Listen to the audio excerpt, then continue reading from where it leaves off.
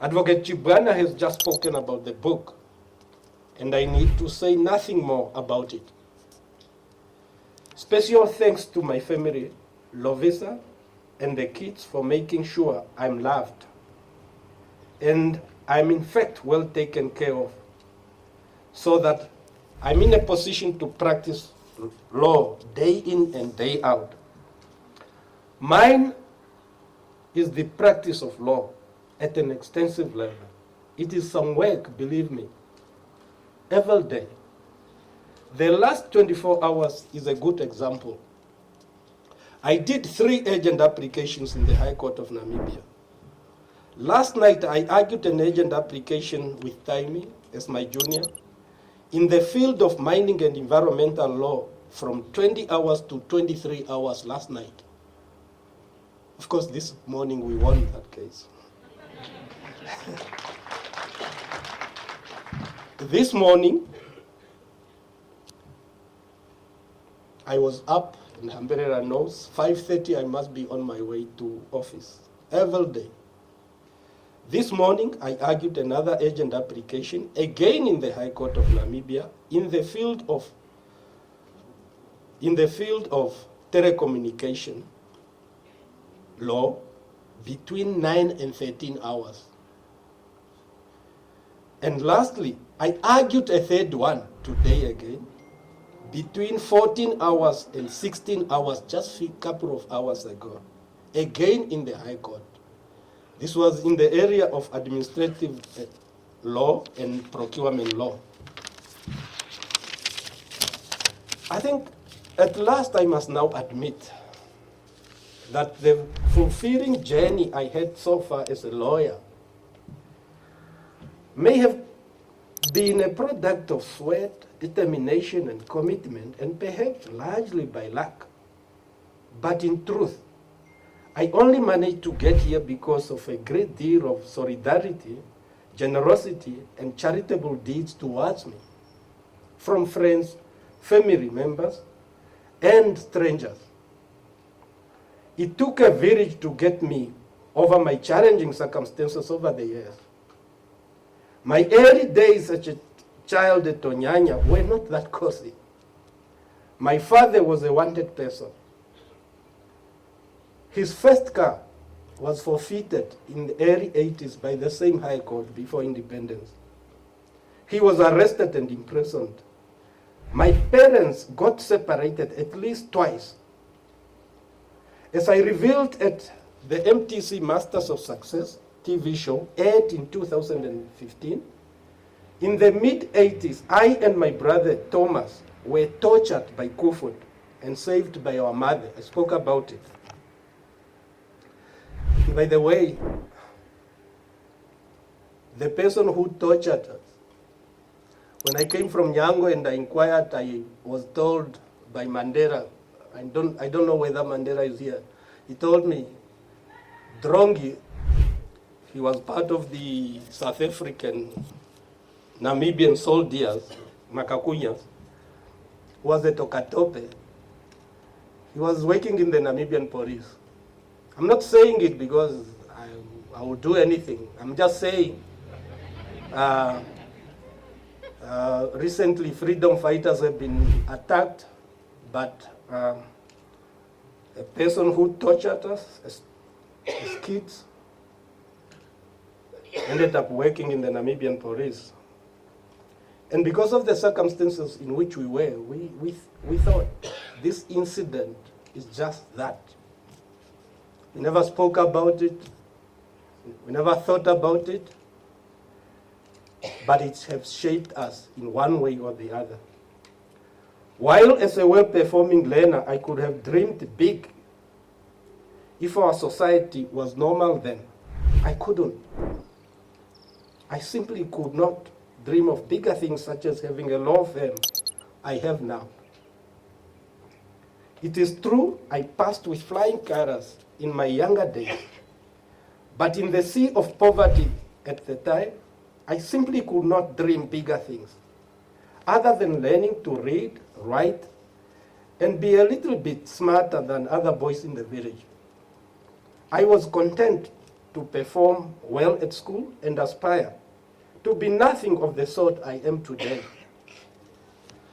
I first dreamt of becoming a lawyer, but in fact, the lawyer, not just a lawyer. While reading in my junior secondary school at Nyango, Swapo Health Education Center, Kaoma District, Western Zambia, I read names of advocates George Bizo, SC, Advocate Maleka, and others, and I was inspired. At the beginning of 1991, this is after independence, after Nyango was closed in Zambia, I arrived back at Onyanya and was immediately taken up as a learner at Ukure Senior Secondary School in grade 11. I spent almost 2 months in grade 11 in 1991, passing my test and assignment with flying colors. Simon Nambahu and others can confirm. Then suddenly, bad news. Unlike my former classmate in Nyango, one of them is my comrade John Ali Pinge, the Chief Executive Officer of RFA, same class in Nyango, went to schools such as Mweshipandeka and Rwakana, and they were never demoted. The 3 of us that came from Nyango and landed at Ukura Senior Secondary School had to be demoted. In my case, I was demoted from grade 11 to grade 9, together with Joe Nambiri, Nelson Nangoro, Mandela was demoted from grade 10 to grade 8. And because in Ukura Senior Secondary School there was no grade 8, he had to go to Omthia.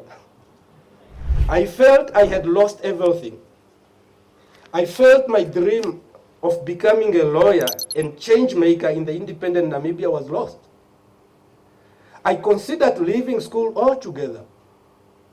But then I knew the opportunity to uplift my family and one day become a lawyer as I wanted will all come to naught if I were to despair and surrender to my difficult circumstances that I found myself in. I decided to redo grade 9.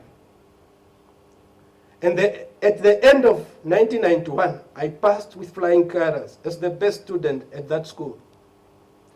I did the same in grade 10, grade 11, and grade 12, and completed my school in 1994 as the only student passing with full matric exemption. I was motivated, but still disappointed. Again, my dream to start studying law in 1995 was destroyed. One of my former teachers, whom I had given an admission application to submit at UNA, as he was coming to Windhoek, during the last quarter of 1994, unfortunately threw away my application and used the $20 application fee my grandmother, Kukuntinda, gave me. This I only found out at the beginning of 1995. So you know, in those years, the law faculty only took in 25. Advocate Narib can tell you, 25. They never took late applications. Again, there was another delay in the realization of my dream. I decided to wait another year. I joined the prison service as a prison warder in May 1995, while waiting for 1996 to pursue my law studies.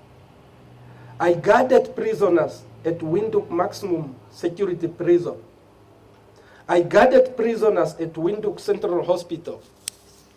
And I watched over prisoners as a guardsman on the roof of Windhoek Central Prison. In fact, I can remember some dangerous prisoners escaped when I was on the roof.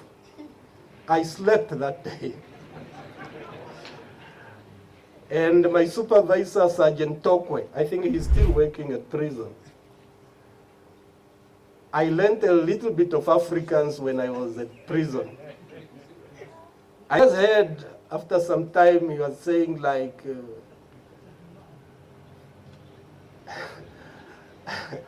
Bevader Namandje, komen! There was silence.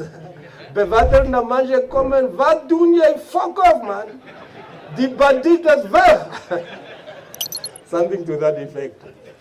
And Mateus Nangara and Primus Angura, those days, those were dangerous prisoners. They escaped, but they were rearrested. It was a learning exercise not to sleep on duty. But of course, I didn't go for a disciplinary hearing. I resigned at the end of December. Finally, in 1996, after resignation from the prison services, I joined UNAM Law Faculty as a student for a 5-year degree program. It was rejoicing and yet exciting. But my circumstances again were not good. My father had gotten ill. There was virtually no other person in the family except a few relatives with mega resources. In Windhoek, I was lucky to have Memetaimi Tope to accommodate me. I was unable to get a study loan in the first 2 years of my studies. It was tough, but I was motivated. I had people on my side. Very good and kind people. They were. Therefore, it is the solidarity and generosity of people, many of them not family members, who carried and assisted me. This is the biggest and the priciest gift I have. The good people by and around me. Then I also joined the Namibian Defense Force while studying at UNAM. I headed the Police and Planning Division with the rank of Lieutenant Colonel. This was a good mentoring tenure I have as a soldier. I worked with General Timo Hamambo. I worked with General Hawara. And of course with General Shari. These were all good mentors I was able to work with them. At the end of 2000, I finalized my study. But then, the same year, I lost my father, Simon Kapwepwe Namandje. Toward the end of 2001, I decided to leave NDF. Finally, I realized that I was about to kickstart my long-held goal of becoming a wave-making lawyer in Namibia. I thank Nathan Dawedapo for giving me an opportunity as a candidate legal practitioner. My journey has been exciting, but I needed people to assist me. It was people like that the late Johannes Akapandi Njara who assisted me in 2003 to secure a lease agreement with a company which was not prepared to contract with me because my financial credit, I was not financially credit worthy. This enabled me to open my office, this very office.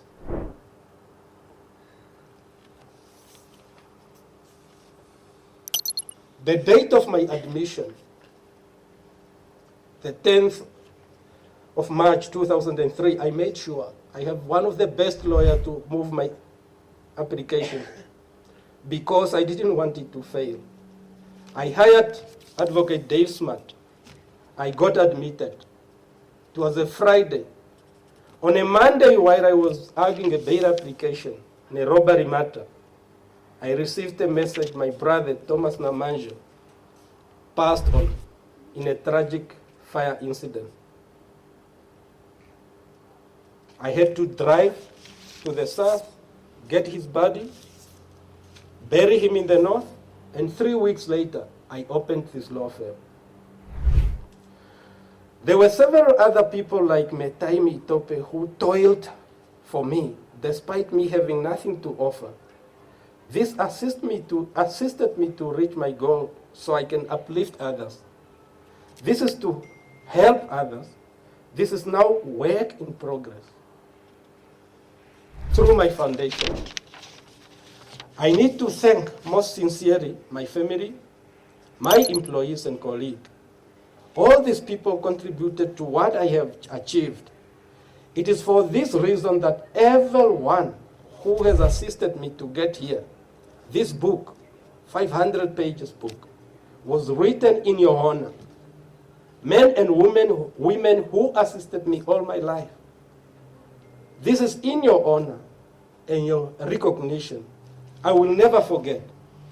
It is because of my acknowledgement that I wouldn't have made it without you that I have dedicated much of my monthly income to charity. In this respect, through the Sisa Namandje Foundation, I ensure that I uplift others. I saw somebody in social media saying he is dishing out money. It's not a joke. It's a recognition of people that carried you. This includes underprivileged kids, students, and former planned combatants to whom I pay between 10,000 to 30,000 per month, to selected former planned combatants seriously injured during the War of Liberation under my program, injured but not foreign planned combatants. I owe a great deal of debt to many people, for they carried me when I needed the world to save me.